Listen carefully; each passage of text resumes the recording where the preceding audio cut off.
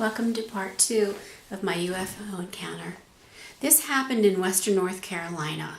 It was July 20th, 2010. And just to recap, it was 9:40 at night. I had been driving in the left lane, which was the faster of the two lanes. And as I was approaching the UFO, I checked my dashboard to see if there was anything malfunctioning. Everything just seemed to be fine. My cell phone seemed to be fine.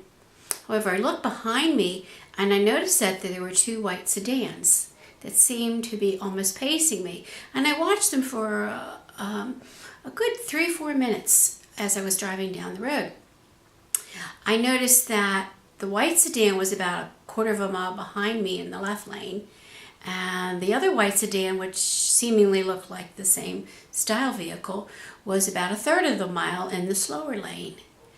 As I approached the UFO, I actually ended up driving underneath it.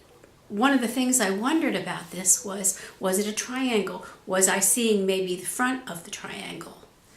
The UFO was long and narrow. It was something like 15 to 20 feet tall. It was about 60 feet wide. It covered a fair amount of the road. And I ended up driving underneath it. So I drove underneath it and I pulled off to the side of the road and waited. Called a friend to tell him, photojournalist friend, to tell him what I had seen.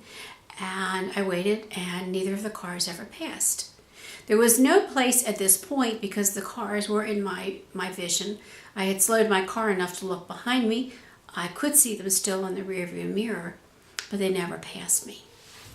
There's a third part, by the way, to this, and I'll finish up a little bit what happened.